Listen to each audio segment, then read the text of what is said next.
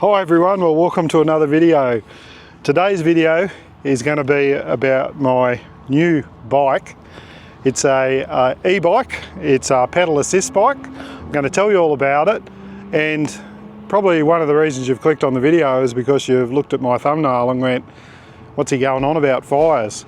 So yes, I want to talk safety around e-bikes and some of the concerns that people have when using these and charging them up, because there's quite a lot of controversy out there. A lot of the comments I've got so far since I've put my social media photos up is, oh, make sure you don't charge those inside, make sure you don't do this, don't do that. It's all stuff that I do know of, especially when it comes to rules and regulations. I have looked into this. I haven't just went, oh yeah, I'm going to buy a bike and know nothing about it and just start riding it and not understand how to charge them up. There's been plenty of videos on social media of scooters catching up in flames, people riding them silly down the street. TikTok and social media is absolutely full of videos of kids and teenagers riding these sort of bikes and scooters. We have a problem in Kingaroy too with kids riding e-scooters, absolutely going flat out down the streets, not obeying the road rules, not wearing the right protection, all that sort of thing. So what I wanted to do today was, firstly, I'll show you the bike and then I'll talk to you about how I'm charging it, where I'm storing it, and what I'm doing with it. So geez guys, let's get into it and we'll have a closer look, eh? So I'll grab the camera and I'll come over here and we'll have a bit of a look around it. Cheers everyone. Okay, let's go around the bike. Now the reason we got the bikes is I'm going to buy another one for Annie as well, but we've been wanting to do stuff like come camping to places like we are here now and do things like the rail trail, because we like exploring, and having a couple of bikes that can help us at our age pedal a little bit better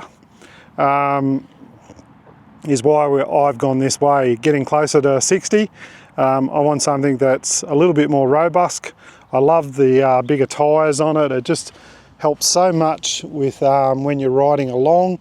It's got disc brakes front and rear, Shimano gears. So it is a geared bike. Like I said, you still got to pedal with this thing. It's not, you still pedal it like any normal bike. You have it on one. Actually, we'll put it on 0. We'll come down here. Now the way to make the wheel go, the only way you can make the wheel go is turn the pedals, which makes sense, doesn't it? Now I'll pedal, you can see the speed go up. And if you just got it on 0, it'll tell you how fast you're going. I can get it up to 27 kilometers an hour, 28, 30, put the brakes on, and it stops. But if you want to have power assist, put it on 1. Now, the moment you start pedaling, the motor cuts in. Now, hopefully you can hear the motor. Now, it'll keep you at that speed as long as you're pedaling. The moment you stop, the motor stops. Now, that's just free spinning now. If I touch that, that's how it works. You have to pedal to make the motor cut in. But when you start pedaling, depending on what you've got the display set on, how fast it goes. And speaking of speed, that's another question I'll answer right now. This bike, like nearly every single bike and scooter in Australia, should be limited to 25 kilometers an hour. People hack them, wind them up faster, and that's where problems lie. That's why you see all this stuff on social media. People riding down highways, riding up footpaths, knocking people over. It's bloody stupid if you do it. I'm not even entertaining the idea of winding this up to go even faster. So the motor is located in the rear hub down there, and it's set on a setting so that it doesn't exceed the potential of the hub, and also so it doesn't exceed the speed limit that is required for these type of bikes. If you want to go wind them up yourself, that's your worries. If you get pulled over and they check it, you're the one that will lose your bike and waste your money. So let's get that one out of the road. It also comes with a front locking lock on the front that come with the bike. The bike basically all come together. The front wheel was off and the handlebars weren't on there. So all I had to do was put the handlebars on, put the front wheel on. Now it is missing a guard off the front of the bike. That was not in the packaging. I've emailed the company and they're sending me a new one out. So once I get that, it'll have a guard over the front wheel, like just over the back there, just a small one, just to protect you when you're going through water. Now this particular bike has 2 batteries. There's one here, which clips in here. You can lock them on so they can't be taken out. And there's another one here, which clips into here. I've got it down on the ground here. And here it is here. Now these are quite heavy. These are lithium ion batteries. And they are 15.6 amp hours, 748 watt hours, and 54.6 volts. And you can see there it says lithium ion battery. It says do not connect them if they've been submersed in water. Read all the instructions and make sure you look after them and you'll be fine. Now this is where I tell you about how I'm charging it, because like I said at the start, potentials of fire risk are there. We all know it happens. We've seen the videos of caravans on fire, bikes on the side of the street bursting into flame, all sorts of stuff, and people's homes getting burnt down because of scooters, e-bikes, laptops, batteries, anything lithium ion. It's not a safe technology when it comes to that sort of thing. That's why everyone's going to LiFePO₄ batteries. Will Prowse put a video up the other day which I watched. I recommend everyone watch his video on battery safety when it comes to LiFePO₄ batteries. I'll leave a link in the description in my video so you can check it out, but he really explained how safe LiFePO₄ batteries are. They're virtually indestructible. They're not indestructible, I said virtually, but they're not as safe technology as the old Life lithium ion batteries. We all have them. We all have them in our mobile phones. We have them in our laptops. We have them in batteries in our remotes. We have them in everything. We use them every day. Anyone that says they won't use it because they're worried about they're catching on fire, well, they must be living in the dark ages, because they mustn't run any of those things. So how am I protecting myself against potential fire risk and damage? I'm not storing the bike when it's not in use with the batteries connected to it. They clip out, so you can see I've got the battery out of here now. The other one is over there, and I never leave the batteries charging overnight.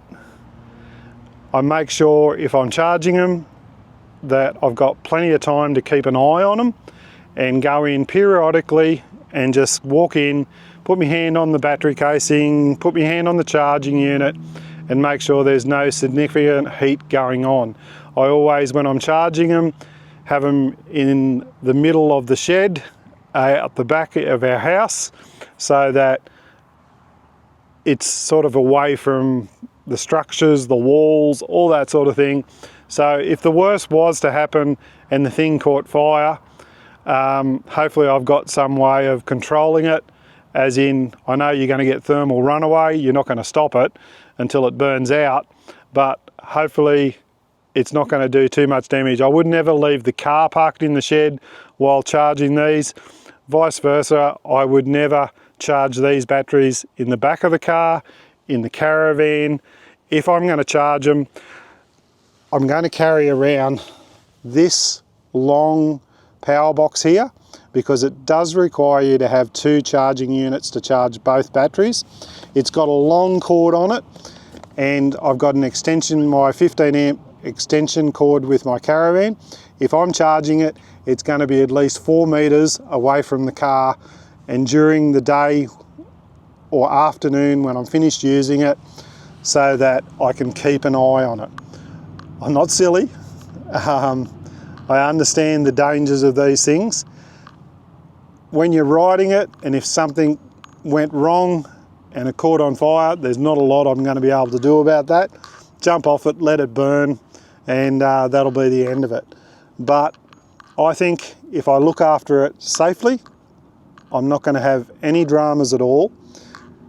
It is so much fun to ride. I've been on these rail trails here the last couple of days, and it has been absolutely fantastic. I'm going to put some footage up at the end and show you that, but they really are just a great form of getting out and enjoying the outdoors. It's amazing how much more stuff you see when you're going along on a bike like this. Now, I wasn't going fast. I had it only set on a low speed. I had it set on 14 kilometers an hour. Now, what that means is it doesn't just take off and sit in 14 kilometers an hour. I have to keep pedaling. Now, I can pedal faster and do 15, 16, 17, 18 kilometers an hour, and the batteries won't cut in. But as soon as you get to a hill or something and you start slowing down and you're pedaling, it will pedal assist you and help you get up that hill. That's where it comes in real handy. As you get tired, you get that little bit of assistance from the bike to help you go that little bit further. I'd be struggling at my age to ride 20 or 30 Ks on some of these roads, and having this bike has really helped me. So that's some of those things I'm talking about. What else do you want to know? It's got suspension on the back. It's got all your gears like a normal bike, so when you're going up hills you can lower it so you can ride up a bit better. Has got a bit of a dicky seat on the back there, so if you wanted to double someone you could. Annie's going to get her own bike. I'm probably going to take this off and put a basket on the back there, so probably Winnie can jump on the back of this one, and we'll get another one for Jasper on Annie's bike. It's got little kickstands down the bottom here. They're good for standing on and jumping up on the bike, because it's got a really decent stand on it, like a bike stand. So I think Buck said it looks like the Harley Davidson, Steve's Harley Davidson. It's got a really good LED light on the front here. Now what I'll do is I'll switch it on here. You just switch one battery on at a time, and once one goes flat you switch the other one on. You press the power button on over here, just got to hold it down, and I don't know whether you can see that display there, guys, but it gives you your battery percentage. I've done 52 Ks this weekend, no speed at the moment, and it's on setting 1. So what that means is it has 3 settings, 1, 2, 3. I always have it on 1 when you start, so as soon as you start pedaling it just cuts in and takes you up to about 9 kilometers an hour. Then you put it up a little bit further, and so on.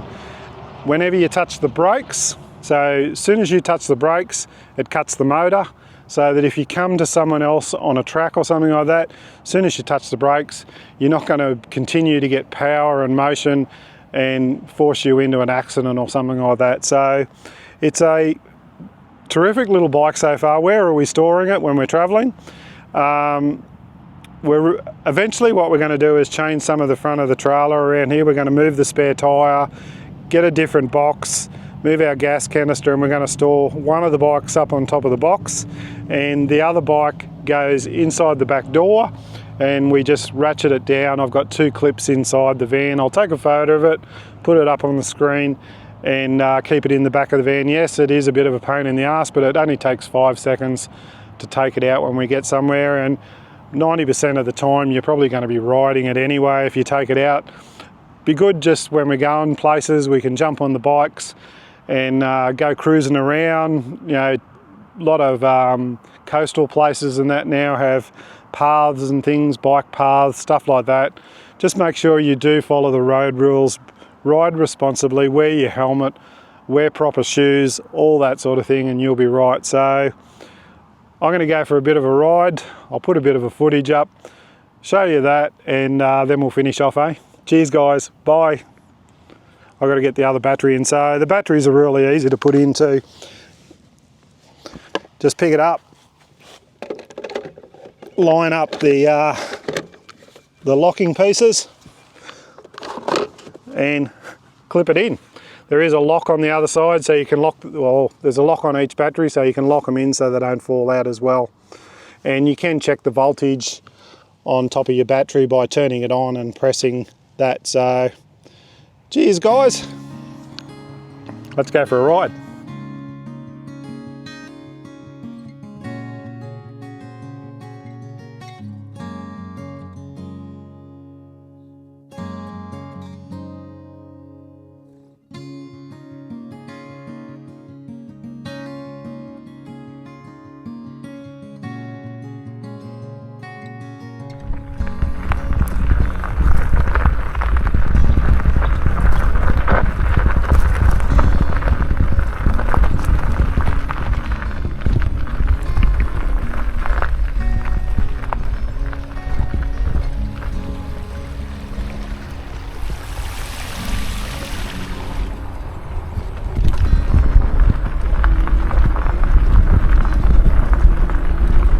This is what I'm talking about. Gives you that pedal assist up these hills. So as long as you keep pedaling, you can just about climb any hill. So that's where it comes in really handy. So once I get up here, I'll start pedaling.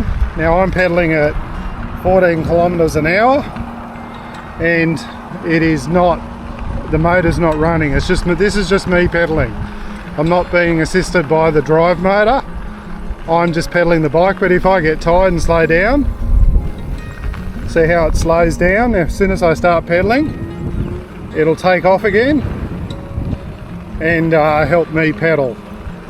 So, but once you get up to speed, you can hear the motor cut out.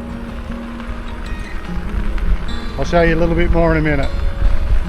Okay guys, this is the first sign I found that actually shows you the whole thing, but Brisbane Valley Rail Trail, Yarraman to Blackbutt, and gives you distances, QR codes, distances to everything, and how far it may take you to travel. So we've got to head back to the left.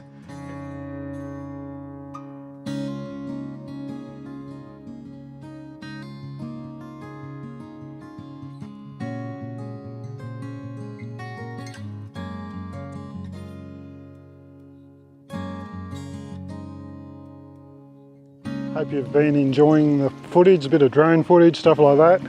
I'm on my way to Yarraman, and I just come across this beautiful little creek crossing here. So how cool is this? Great little creek crossing. There's a little bit of a hill I've got to go up. I can just come down one down that way. So it's really fun just riding your bike. It's like being in a four-wheel drive, but on a bike. So two-wheel drive. So I'm going to keep going, and hopefully I can make it to Yarraman and then back home again, because I want to cook up pizzas tonight. So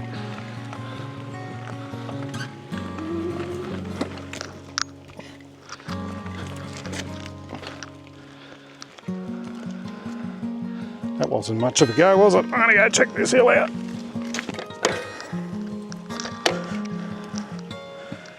Before I go up there. Okay guys, I was just about to give up because I know cameras never do it justice, but this is a real steep hill. I'm going to probably have to push the bike up here. You can see part of an old bridge, maybe. Let me get the camera out of the glare. Come over here. So there's part of an old bridge here, and that would have went across here in the olden days, but up around the corner here, I wasn't far to go. Have a look. Yarraman Station. I'm going to go over there and have a look around, because they tell me there's some really great memorabilia over there. So we'll head over there, I'll get the bike up the hill, and we'll continue with my bike video. Hope you're enjoying the bit at the end. I thought I'd just throw it on there to make it a little bit more exciting. So don't forget to hit the like and subscribe, and we'll see you in a second when I get this bike up this hill. Okay guys, I have made it to Yarraman Station Park. So it's on the Brisbane Valley Rail Trail, and I'm going to go have a look around because it looks like there's some great memorabilia down here. As you know, I love my rail stuff. So I reckon what I might do is I might finish it here for this particular video, and I might make this a completely separate video that you'll have to come and check out. So if you're interested in having a look at Yarraman Station Park, and also guys, I'm going to quickly, when I go back, stop off at the weir down further, and you can do some camping down there. They've got toilets, stuff like that, and I'll give you a look around that as well. So cheers guys, thanks for watching. Don't forget to like and subscribe. Stay safe, look after each other, and I'll see you on the next one. Cheers guys, let's get exploring.